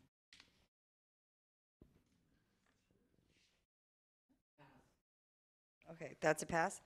Okay, how about Carol O'Donnell?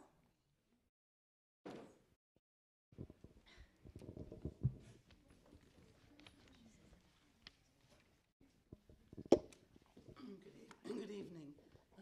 Both of you, I would like to ask, would you make any changes in the mayor's role with relation to the city council, the school committee, and subcommittees, based on your attendance at these meetings over the since the beginning of your campaigns?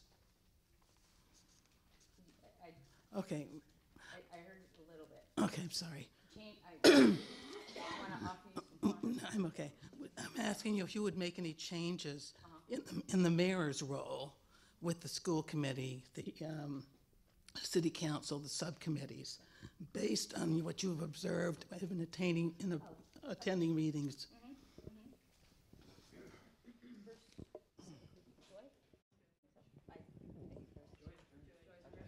Thank you. I lost it with last. Go ahead. We have, and the city council, we've always, I think, have worked collaboratively with the two mayors that we've had. I'm not going to tell you that we have not had moments of decisiveness or not agreeing. We have. But overall, my role as mayor would be to work collaboratively with the city councilors, with the subcommittees, with the president of the city council, who in fact would be the mayor's replacement, should anything ever happen to the mayor. So, yes, the relationship has to be there, it has to be strong. I'm not going to say that it has to be the perfect union, because it isn't always that way. However, we are all in city government working for the residents and the taxpayers who are paying us to do our jobs. And part of our job is to work together and work for the greater good of Easthampton. And that I will continue, that I will strive for. Any of the city councilors will be able to approach me, talk to me. I open that dialogue and I accept it and I welcome it. So, yes, I will continue that form of relationship that has been created 20-something years ago, 21 years ago. Thank you. So, I would have no plan to change the charter and the relationship between the mayor, the school committee, and the city council. I mean, I just don't see it in the purview.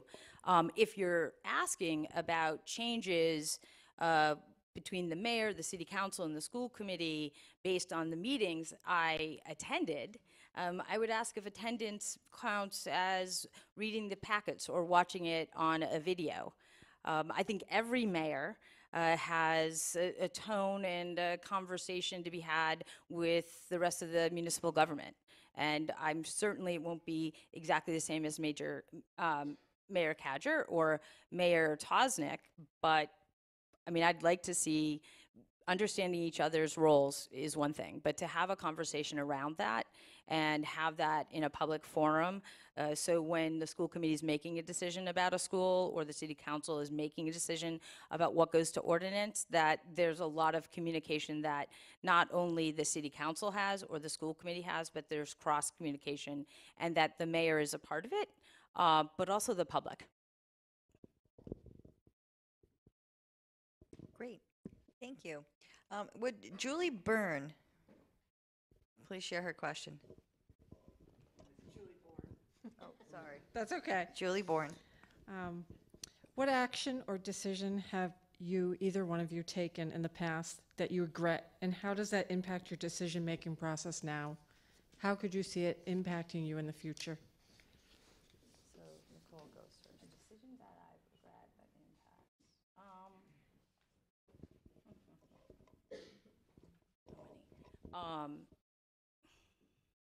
I mean, on a light note, I somewhat regret fostering my current dog, Magnolia.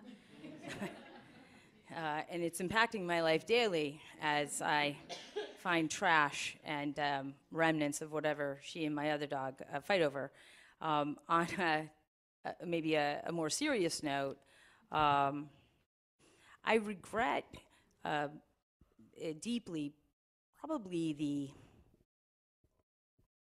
the amount of time I took things for granted in the community that I grew up in and once worked in, and the community I live in now, of thinking that we were okay, that we were a little different and above all the craziness that was happening in the larger world, around bias, around hate, around different people, disparaging others, using, adjectives to call, people things, rather than just look at differences and talk. And I deeply regret that. I thought it was okay. I thought it was touching somewhere else, Western Mass, Easthampton, we were fine. How that impacts me now, I think you heard a little bit in my answers earlier tonight. Bias and public conversations around things of what's going on at the high school or what's not going on at the high school, how people are feeling about city services. I think it comes to, you find the highest point of agreement, we all live in Easthampton, and then kind of distill that down to see where we live and how we live and where it starts to be different, and how we can learn to live with those differences or work to resolve what real conflict we have. And I do. I regret not having that in my frame of reference and really thinking about it being right here. Thanks. That was a great question. Thanks.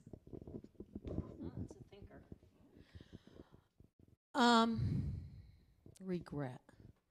I have a lot of them. 58 years. You get a lot of regrets.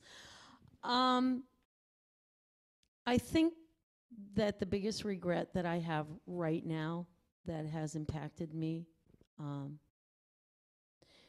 is not getting involved or not picking up on our opioid crisis that's happening in Easthampton. I've got very many good friends and family who have been affected by this awful disease. And I think that my biggest regret is that I didn't give it my own personal time to understand the issues and understand the disease in the way that it was affecting our families. I regret that I didn't spend time with some of our children and youth that we've lost. But if I could change it, I absolutely would. I don't know how, but going forward, that's what I'm learning. I'm learning how to change that and working with the people that are involved with that change.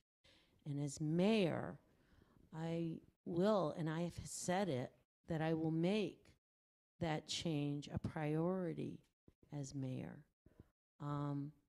I don't think there's anybody in this room that hasn't been affected by drugs, alcohol, overdose, opioids, all of it.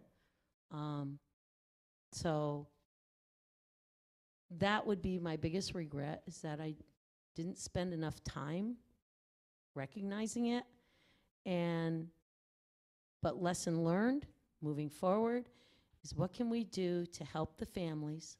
What can we do to help our society, our community, our city in moving forward and healing and helping and supporting our families?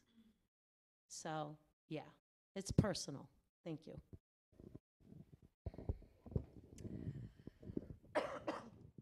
Excuse me. Okay, well, we're running short on time. So I want to ask the audience, if somebody has a question that is literally burning a hole in their brain right now, please raise your hand. Okay, so and maybe we could make those two questions the last questions, because we have a time for about just more two. So Michael Guardian. Thank you. I wish this was going to be fun. But first, I have a comment, a question, an answer, and a question. Number one. We're short on time, though. Mr. Gomez and Mr. St. Pierre, I don't have a dog in your race, but I just evacuated my daughter from Puerto Rico, and I know what's happening down there because we have people down there. And I just want to tell you that on behalf of me and the people in this room and the citizens of Easthampton, our hearts go out to you. And for those people down there who are going to make the tragic decision of leaving their homeland and coming to America and even to Easthampton, we all want to do everything possible to make that. So the answer I have is for the mayor. I want to correct something here. You asked about the donations, and I want to help you out too, because you're incorrect. I looked at the numbers from May to June for July 28th that were formally posted on Ms. LaChapelle's campaign page of donors. It's no longer up there. It was taken down, but anybody would like a copy of it and give me their email, I'll send it to you. But basically, between up to 6:20 when she announced, she had 87 donors. Of those 87, 77 were from out of Easthampton. The other 10 were from Easthampton. She had a total of, excuse me, I'm giving my answer first because there was an incorrect. So for the 282 donors in total, 80% of her money is coming from out of the area. We're running low on time. All right, I understand, but it's an important issue, because it leads to my question, 80%, and if you take the top 3 donors off from each area, it's 90% coming from out of town. Now my question, about 15 years ago, the citizens of Easthampton came together to craft a 20-year vision for the city. The Easthampton you see today is the result of the implementation of that vision. Your opponent wants to repeat that process. Joy wants to repeat that process for the future. You have stated that the process will no longer work, and you want to bring in people from Northampton, Holyoke, Springfield, Boston, and other regions to decide the fate of Easthampton in this visioning process. Why do you feel the people of Easthampton are incapable of developing their own vision for their own community? Wow. Okay. So one, I'm just going to go back. If someone is donating to a campaign, I look at it as one, an endorsement from them that they know I can be a leader and an effective one. To think because that dollar came outside of Easthampton, I would say that 20-year plan would not even be near implemented if it didn't have dollars from outside of Easthampton. I mean, we don't have a singular bubble of an economy. So I follow that or not. My donations and expenditures are on the website and have not been taken down. I have updated my website, and I encourage everyone to go on the website and take a look. The issues and the expenditures are updated and done so regularly. There are links on the Facebook page. As far as the visioning process, the tools that were used some 2 decades ago, and then again in 2008 when the master plan came out, they've changed of how we collect that data. So to do a mail-in survey, and this is exactly what I was talking about in past forums and debates, the response rate for those surveys are low. I've seen it in school districts when they go out and get information about what children needs and family needs. The census, you actually have to go to people's doors. And for us to go forward and re-envision what Easthampton can be and should be in the next 20 years, we need to gather that data from our residents in different ways. So mail out a survey. Let's see what we can do with Facebook. Let's do door-to-door canvassing. Who does that work? If someone in Easthampton wants to do it and they apply for some part of okay, fine, great. But the visioning process and the real bricks and mortar plan starts with the mayor's office, with the city council, with the city departments, and also residents. I guess what kind of swirls my head here is the Complete Street Grant, the pond revitalization. It wasn't all Easthampton residents who did that. We benefit from it, and we were a large part of it. But we don't get better, stronger, and keep our influence and competitiveness in this area by drawing a curtain around Easthampton and not letting anything else in, except that's been here for a while. I mean, maybe that goes back to the old and new Easthampton. I have nothing against people from other towns. Thanks. Whoa. Whew. That was a lot. Yeah. I guess I don't need to talk about my financials because, well, whatever. The revisioning process is something that needs to be done to encompass all of Easthampton, all of the voices, the young, the old, our schools, our kids, our new Easthampton, our old Easthampton, our all Easthampton. It has to be inclusive. We have to get all of our business partners and all of Easthampton together, not necessarily in one location. It doesn't have to be done that way. but everybody's voice has to be heard. Now, whether they want to email their voices in, whether they want to go on a Facebook site and do it that way, whether they want to come to meetings and roundtables or do what we did 20 years ago, have a community event at the school where everybody was welcome to come. Throw your ideas out there. Nothing is crazy. No idea is tabled. Put them up on the wall. Put them anywhere you want. But let's all look at this as Easthampton. Where is it that you think Easthampton should be in 20 years from now? Frankly, I may not be here. I don't know.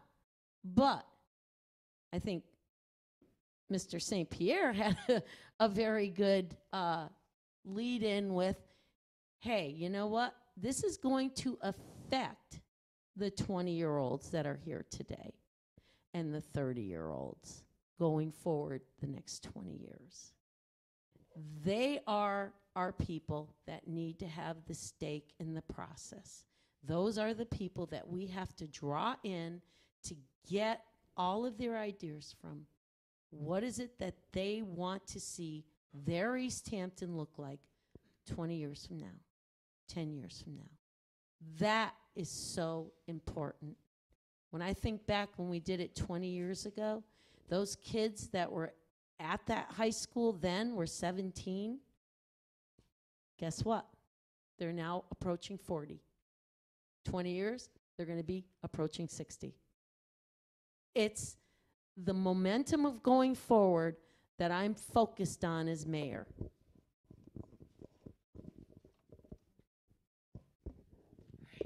Thank you. Who was the other person? Okay. I'd like to end with a nice positive question for both of you, unlike... First of all, I just want to say thank you to both of you for stepping up on behalf of Easthampton. I wish both of you the best of luck on November 7th. I wish both of you the best of luck every single day after November 7th. Thank you for... Yeah. My question is somewhat similar to the one that Mr. Banis asked about an hour or so ago. Running for mayor is, in a lot of ways, a very lengthy and very public job interview. We're hoping to be hired by the citizens of Easthampton. Right. So with that in mind, could you give us an example, or maybe two examples, of a project or initiative that you specifically created at your place of employment at any point within the last however many years? You both have very strong work histories, so something positive that you yourself have initiated.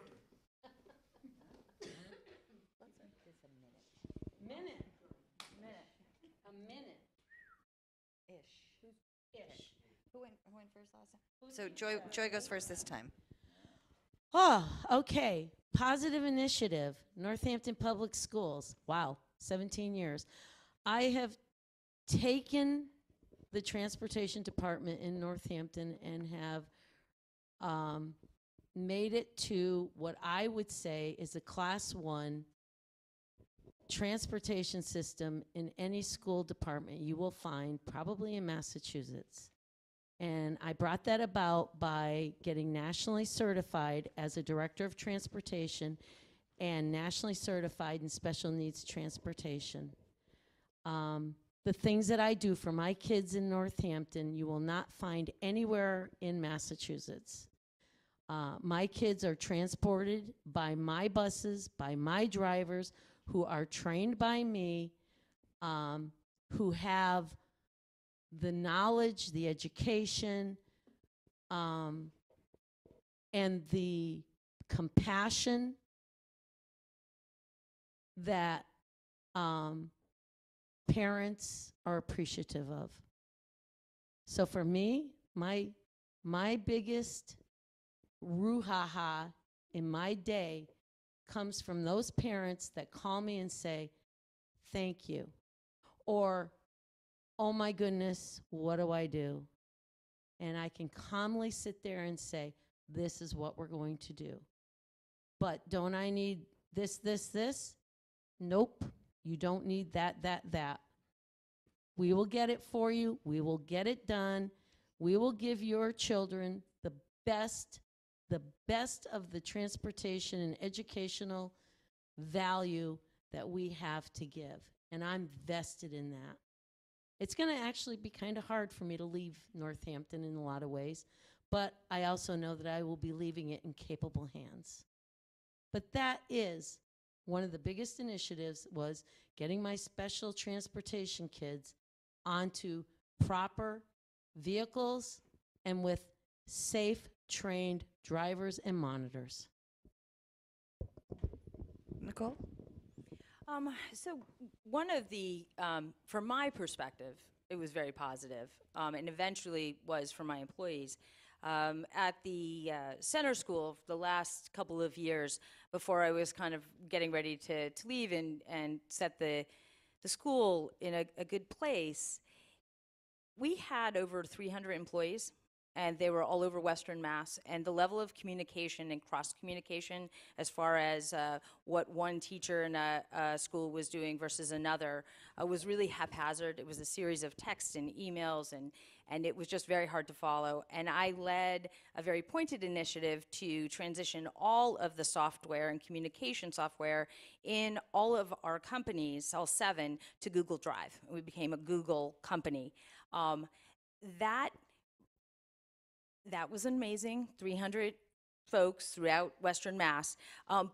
But what it did for communication and collaboration, what it did for students, parents, and staff, where English wasn't their first language, or perhaps they were looking to communicate with a community partner in a different language, it's an immeasurable tool.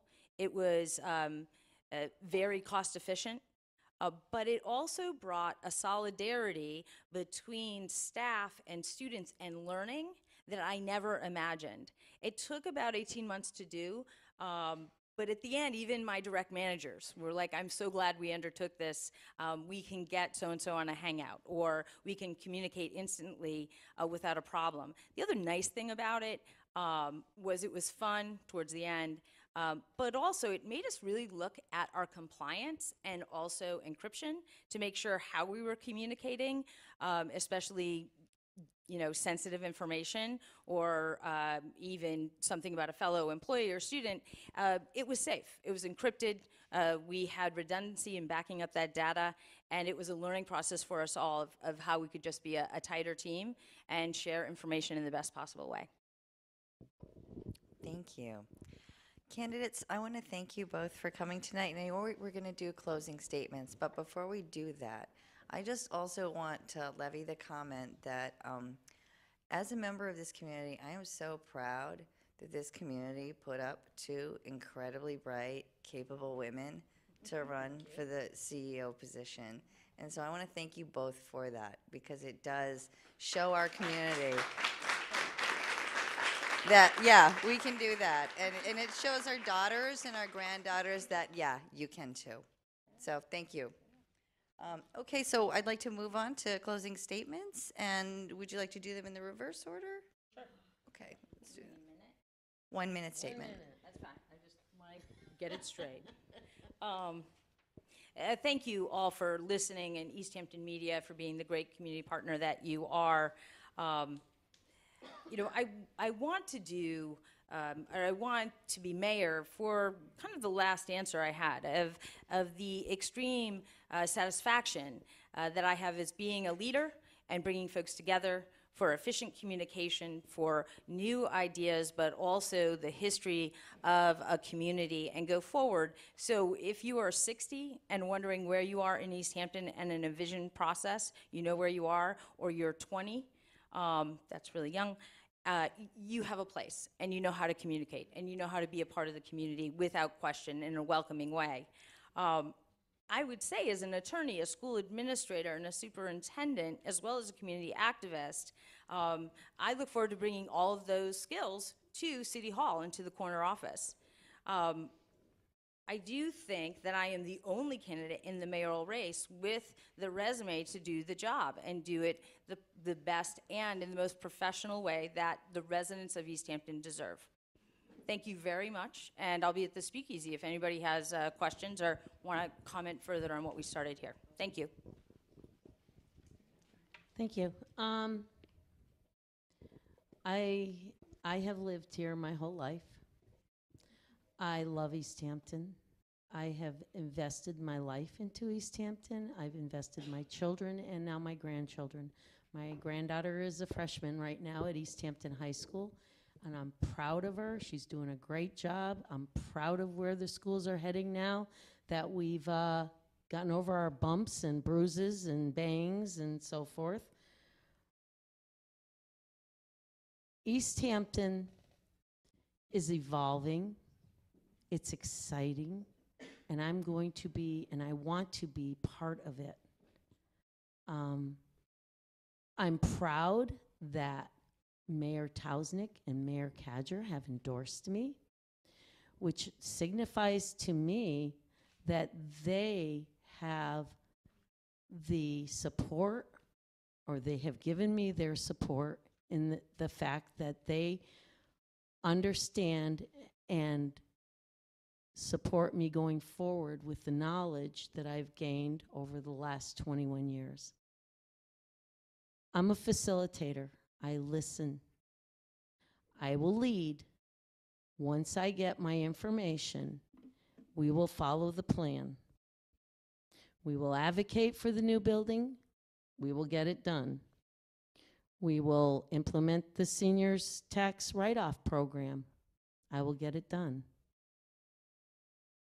And if you would like to know more, we can talk at the speakeasy.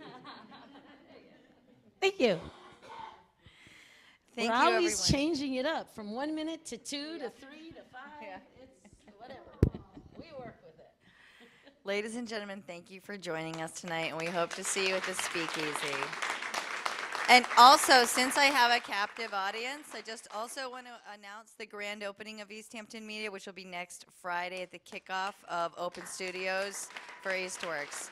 On Friday evening, we'll be doing a screening, and it's very hush-hush until then. It's not a surprise, but it is kind of awesome. So we're going to do a screening, and it is a piece called Little Pillars. And what's very interesting about that is that we produced it in-house, and we did it with students in the public school district. Check Facebook for more. More is coming. Thank you.